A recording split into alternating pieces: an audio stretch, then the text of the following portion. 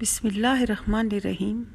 میرے پیارے بہن بھائیوں، جیسا کہ ہم سب جانتے ہیں کہ اس دنیا میں انسان رزق میں اضافہ چاہتے ہیں اور عذاب قبر سے محفوظ رہنے کی دعا کرتے ہیں۔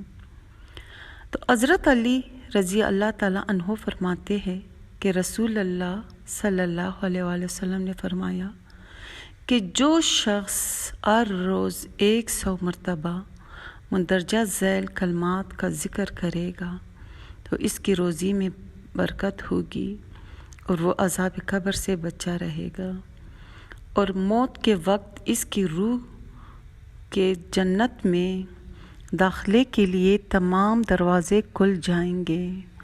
اور یہ کلمہ رسول پاک صلی اللہ علیہ وآلہ وسلم کے روضہ مبارک کی جالی پر بھی لکھا ہے۔